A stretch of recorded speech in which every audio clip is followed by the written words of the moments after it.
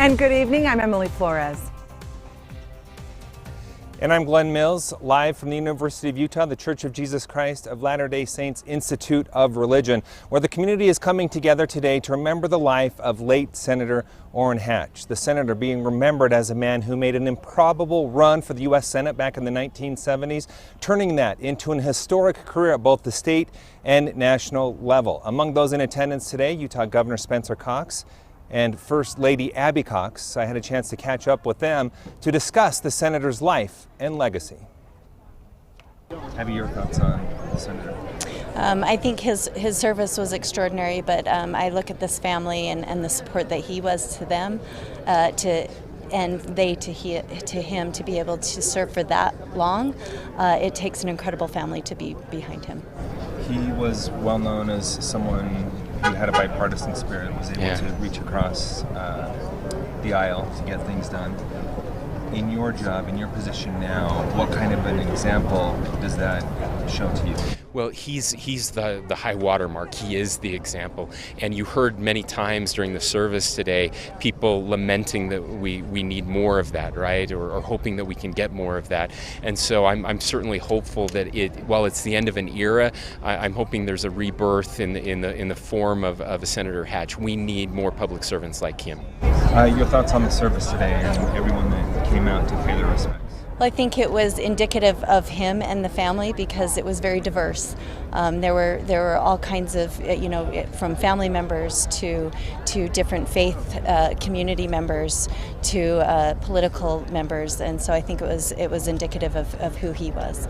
Governor, he was a historic politician in the state of Utah, but also on the national stage. Talk about that. Yeah, again, I don't know that we'll ever see anything like this again in the state of Utah or maybe anywhere in the country.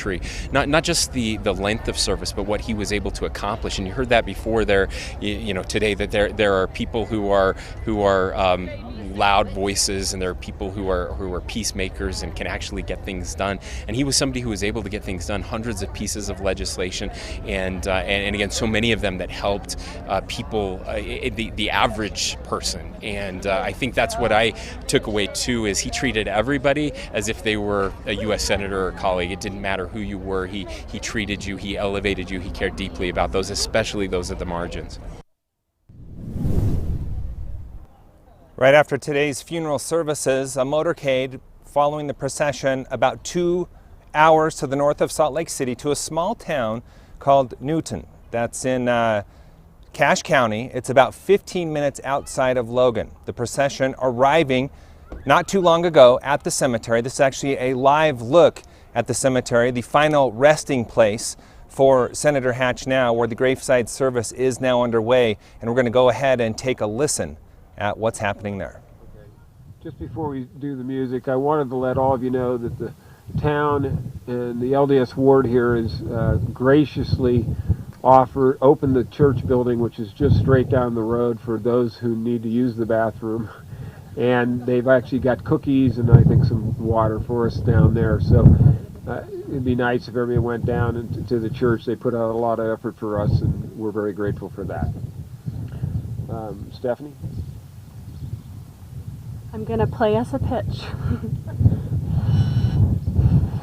Da-da, you-da, you. Nope. Let's do high. You-da. You. There we go. You must go your way, and I must go mine. The miles come between us. So much of the time. I am here, you are there. But the road in God's hand. Now you might be asking yourself, why Newton? Why is that the final resting place for the senator? And we actually learned the answer to that question here at the funeral service. That's where his wife Elaine grew up. Her parents used to own a home there. And when she made it clear that that's where she wanted to be laid to rest, he agreed to that, and he never second guessed it. That's what we were told by the senator's son today. So that will be the final resting place for both the senator and his wife Elaine.